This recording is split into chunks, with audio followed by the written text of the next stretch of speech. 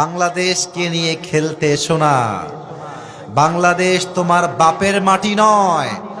এই দেশের প্রত্যেক ইঞ্চি মাটিকে আমরা হাজার যুবকের রক্তের বিনিময়ে স্বাধীন করেছি। দিনাজপুরের ভাই, 1 ইঞ্চি মাটি আমরা ছাড়ব না, 1 ইঞ্চি মাটিও না।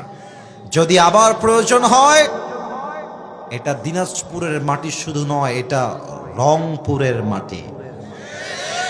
ভুলে গেলে চলবে না ইতিহাস।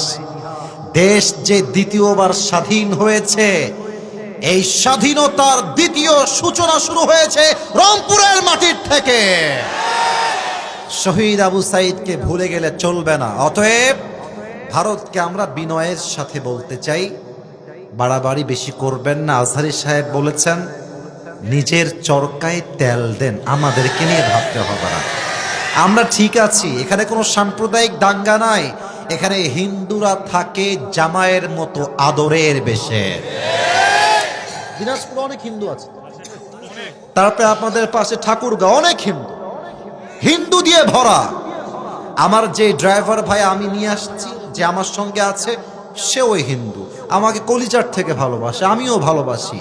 প্রিয় ভাইয়েরা, যারা বলে যে এই দেশে হিন্দুরা শান্তিতে নাই, মারতেছে, গুলি করতেছে, বুঝে ফেলতে হবে তারা হচ্ছে সে আগের দিল্লি পালিয়ে যাওয়া শাসকদের পা চাটা দালাল। আমরা একটা কথা বলতে চাই, আগামীতে যতই বলেন চট করে ঢুকে যাব, এটা মামুর বাড়ির আবদার না।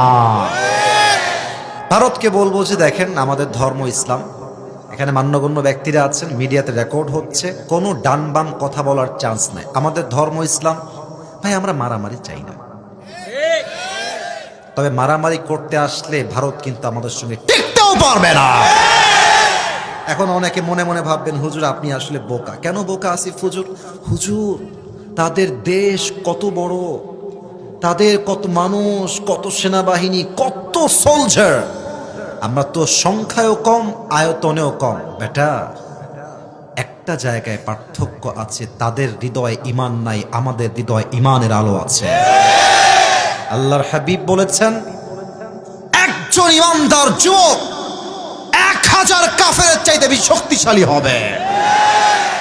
তো একজন সাংবাদিক আছে, নাম বলবো না, বাংলাদেশ আর থাকবে না, হ্যাঁ থাকবে না। তারপরে আরেকবার কি বলে যে আমরা চট্টগ্রাম নিয়ে নিব, আমরা ফেনীটাও নিয়ে নিব। আসো, নিয়ে যাও, এসে তো নেওয়া লাগবে, না আসলে নিবা কেমনে? আসো, পিঠের চামড়া একটাও থাকবে না তোমার। আর একে দেখে আমার মাফ চাচ্ছি, আগে এ পুরুষ মনে হয় না, হিজড়া মনে হয়। আর এই বেটা যখন সাংবাদিকতা করে, ট্রিং ব্রিং করে একবার ওদিকে যায়, আবার এদিকে যায়। একে দেখলে সাংবাদিক নয়, মনে হয় গুলিস্তানে জাইঙ্গা বিক্রি করলে বেশি বানাবে দিনাজপুরের ভাই। আমি 2টা দাবি করতে চাই, যেটা আমি আগেও দিনাজপুরে একবার বলেছিলাম, সেকেন্ড টাইম এখানে আবার বলছি। আশা করছি দ্বিমত আমার সাথে কেউ হতে পারবে না, কারণ এটা হাদিস থেকে বলবো। এক, আগামীতে এখানে স্যাররা আছেন, তারা দল করেন, আমি দলের সঙ্গে কোনোভাবে সম্পৃক্ত নই, তবে রাজনীতি একদিন করতে হবে, কারণ এই দেশের চিত্র পরিবর্তন করার জন্য রাজনীতি ছাড়া দ্বিতীয় আর কোনো গতি নাই। আমি স্যারদেরকে বলবো, আমি আপনাদের এগেইনস্টে নই, আমি আপনাদের পক্ষের, আপনারা সবাই আমার ভালোবাসার মানুষ।